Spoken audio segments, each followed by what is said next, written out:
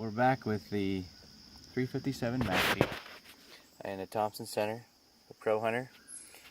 We got a can on the front. It's a 9K from Silencer Co. And we had loaded up a bunch of different bullets that we've tried now, all 200 grain. I wanted to shoot the 200 grain bullet just for the extra weight. We have them running just about 2,000 feet a second. And we had tried some hard casts, which you're really not supposed to shoot out of a can, which I realized later, but they weren't quite as accurate as I'd like. We tried some Barnes triple shock. Those were very accurate, but our penetration was just was great, of course, but they didn't expand at the 2,000 starting feet per second, the 2,000 feet a second start from the muzzle. So we need about 2,200 to expand those. And so even at close range and into wood and stuff, we weren't getting any expansion. So that didn't work real well for hunting application. Then I tried Sierra Game King, and I have a video on that. We took a couple deer with that last year, and they did fairly well. Again, they didn't expand all that much, and so now we're on to the Hornady FTX 200 grain bullet. So now these are very accurate, probably as accurate as the Barnes almost. The Game King shot okay too. They were still very tight at 100 yards, but these are even grouping better. So we finally got some of these loaded up. We got some boards down at 100 yards. We got 4 1-inch pine boards, which we have done all our penetration tests in those. And so we're going to take a shot here, and we're going to see how far it penetrates and if it opens up and all that. So we'll be right back with you. Okay.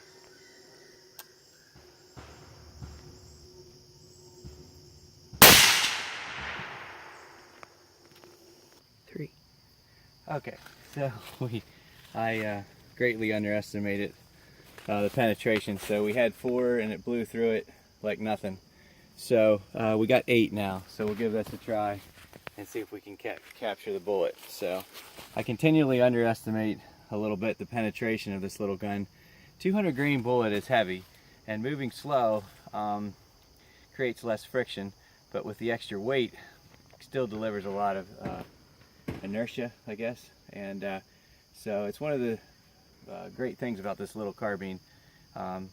It actually has the ability to penetrate through really heavy muscle tissue, and with, of course, very little recoil, and yeah, not that much powder, and a really little cartridge. But anyway, we will be back with the shot. Okay. Okay, here we are with the second shot.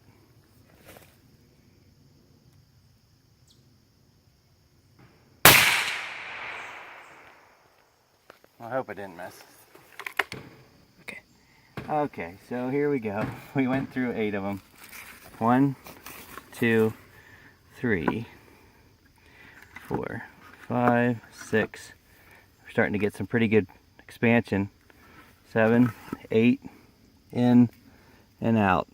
So I'm really happy with this bullet. I think this is definitely a winner. Maybe we'll How many boards is that? That's 8 of them. 8 1-inch pine boards at 100 yards.